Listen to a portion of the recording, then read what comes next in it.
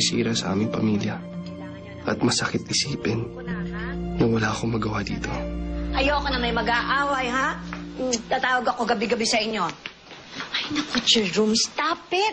Binata ka na. Kaya mo naman yung pigilan kung gusto mo.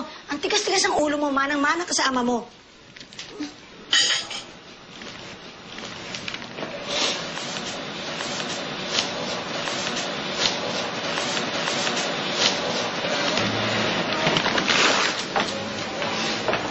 Matagal na naman ba to?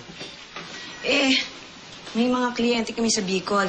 Malaking deal, sayang naman. Mga bata.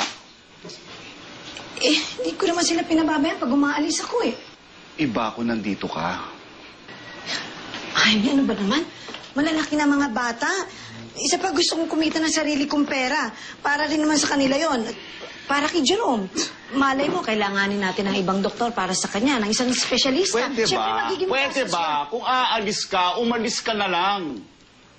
Magbenta ka na magbenta ng insurance. Pero huwag mong gagawing dahilan ng mga bata para magawa mo lang gusto mo.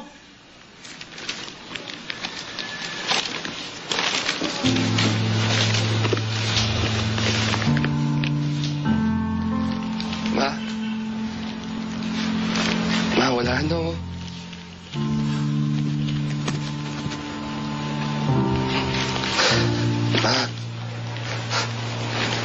Magpapakabait na po ako. Baka ako ho. Huwag ka mo kayong umalis.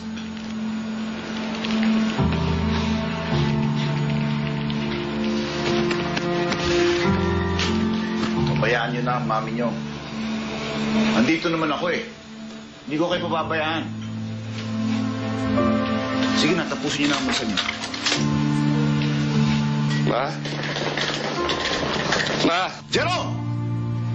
Umalis si Mami ng araw na yun.